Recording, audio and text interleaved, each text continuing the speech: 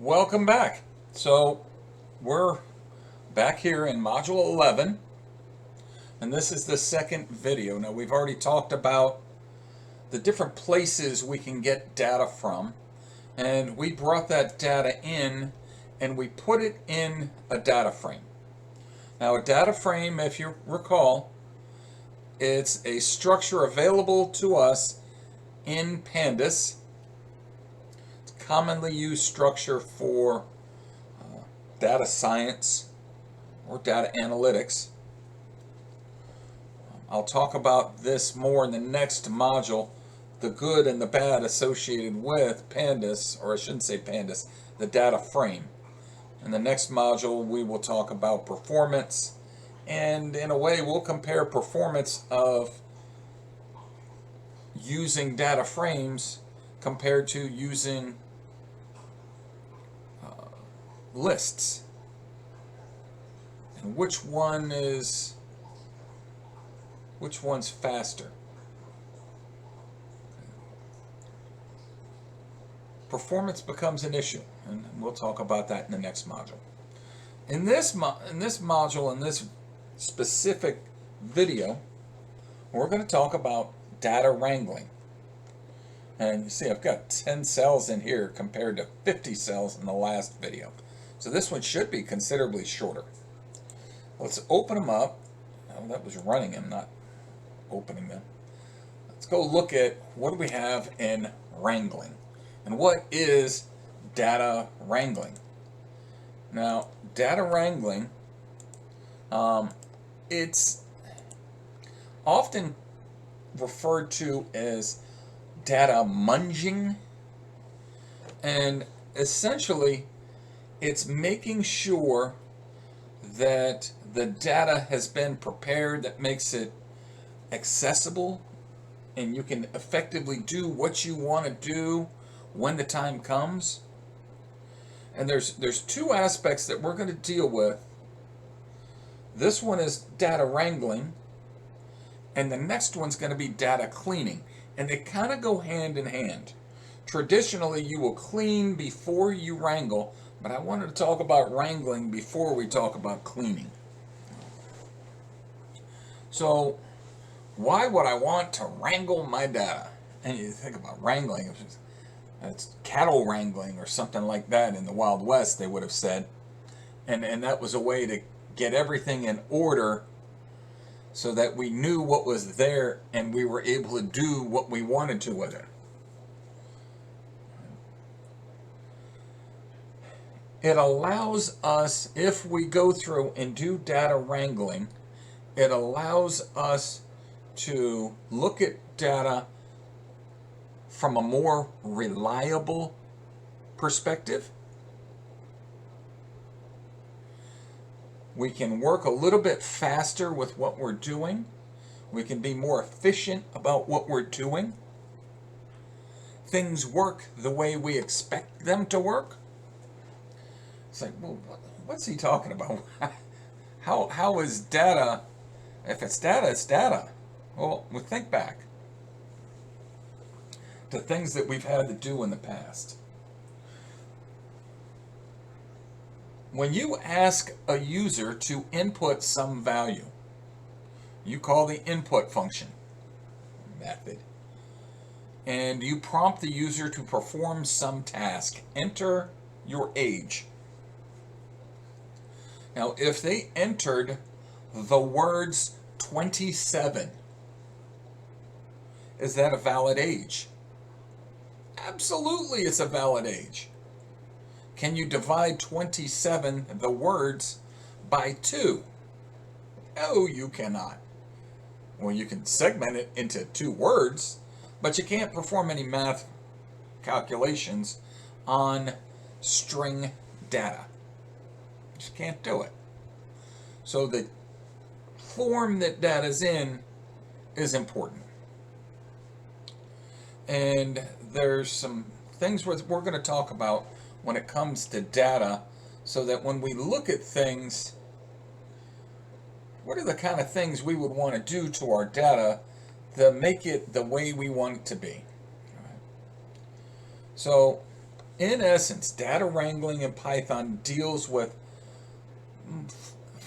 it's 4 and more different functionalities. I want to be able to go through the data, see what's there, and be able to visually represent what's there. Take the data and put it in a graph. There's an example.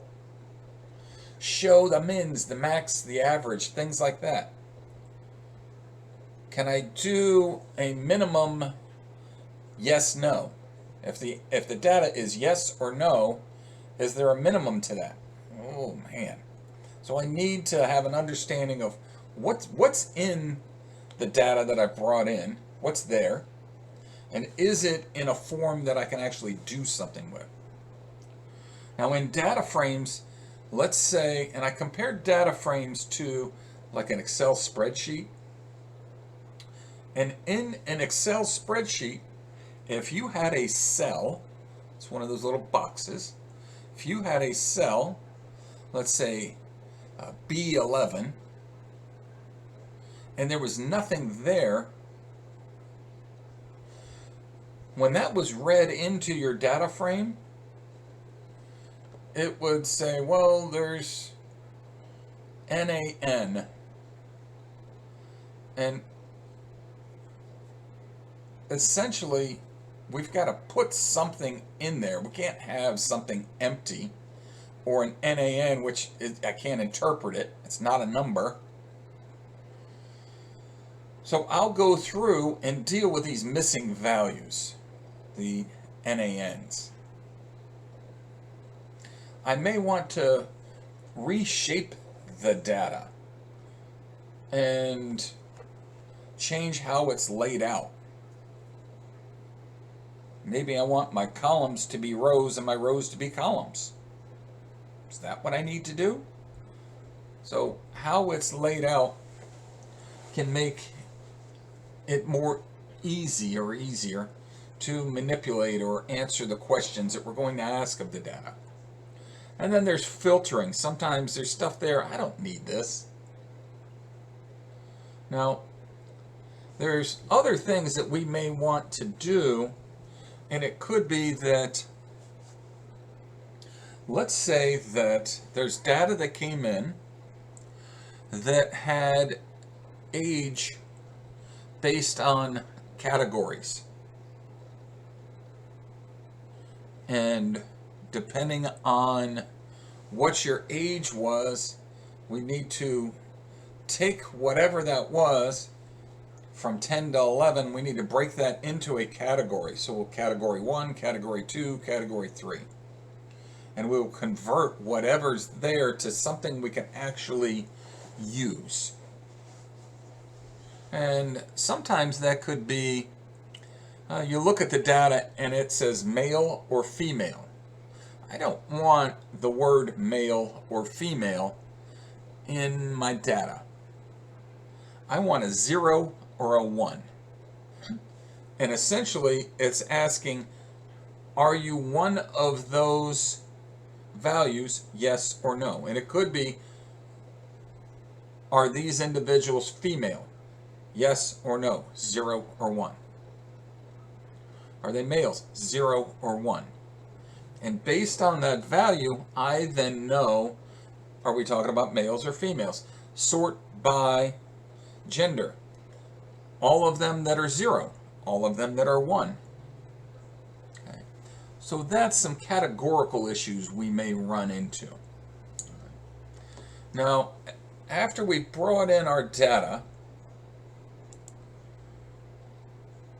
we want to go look at it. So this, we imported pandas as that alias PD, and that's that standard.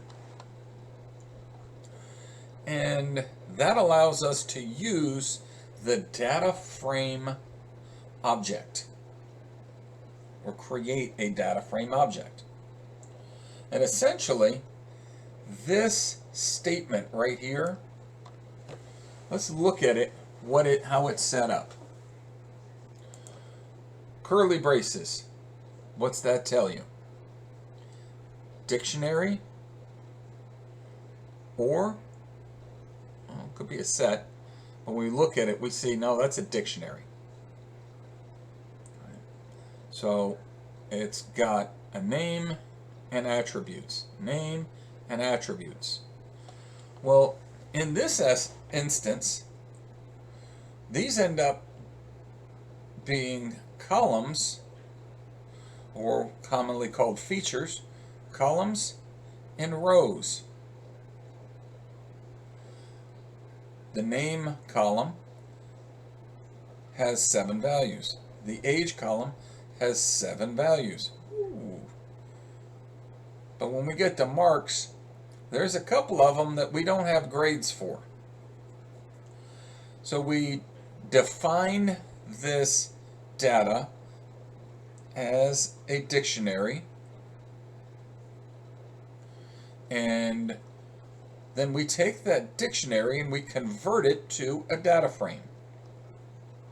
And then when we go display it, here's that dictionary that we created after it's been converted to a data frame. So there's the 4 columns and the 7 rows. But see here, not a number. That's an issue. And we've got to deal with that. And how will we deal with that? Well, let's go look and see how we deal with it. For each element, or an abbreviation ELA, could be item, could be whatever we want to call it. We've dealt with this for structure in the past. In DF marks, now wait a minute, DF, that's our data frame, and it's far more abbreviated than I would care to use in normal programming, but this is just for the sake of displaying an example. Marks is the column. It's the column name. In the data frame, we want to go to that column, and in that column, each item in that column, we're going to work our way right on down. If that element is numeric, C plus equals 1.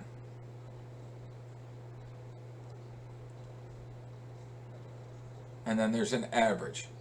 Boom.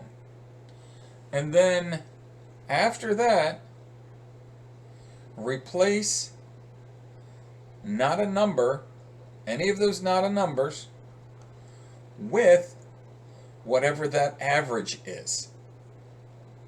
So we went through and we found the average of whatever's there. And any of them that didn't have numbers, we just put the average in. And essentially what that does is, you said, you know what? There's some numbers we just don't have. And statistically, I don't want to throw off the data by putting in some arbitrary numbers. I don't want to leave them empty. How do I go about putting something there that's not going to screw up my statistics? So, well, what's the average number of the ones that have values? Right here. So by putting the average in those, the average is still the average. The max is still the max. The min is still the min. The only thing that would have potentially changed is the mode. The most commonly seen value. Statistically, we didn't modify the data structure itself by how we went about putting values in when they were missing. Okay. Reshaping. When we go look at reshaping, I may want to change the data type that's in a column. I may want to add something in, maybe something I don't have. And in this instance, we're doing what I'd said before by converting male, female to 0 or 1. That could have been the word male, or the word female, man, woman, whatever it may be, and it breaks down into two categories. So that's what reshaping means. We're taking what's there and we're modifying it in some way to where it's more usable. Filtering the data itself, when we go through and do that, I don't need to know how old they are. All I need is their name, their gender, and their marks. Commonly what I can do is I'll create a secondary instance of the data frame. I'll create a new data frame that's a clone of the original, give it a different name, do the work to it, drop things I don't need, and go manipulate it that way. My original's still there. I haven't compromised it. Now this is maybe a smaller condensed version to be run in certain instances. That's something I commonly do. So that's, in a nutshell, data wrangling. So in essence, we're just going through and saying, look, what's in there? And how do I know what's in there? Well, I'll run that command that is, I can either just display df like it is here, and it gave me what's there, and that's all the rows, or I can say df dot head, say I want to save 5 records, and here it is. Now this is a good example of what I was just speaking of. Here's the original, and here's what it looks like now. Once you've gone through and wrangled it that way, the original data frame, when you get rid of something, that something's gone. Now nobody has the option to go through and do anything with that data, the age data now, because it's gone. If I had done that and renamed it df2, I made a copy of df and called it df2, df2 would look like this, and df would still look like this, or look like this with numbers, or look like this with numbers and imputed data. Alright, so with that said, that's data wrangling, and the next one we're going to move on to data cleaning. So see you there.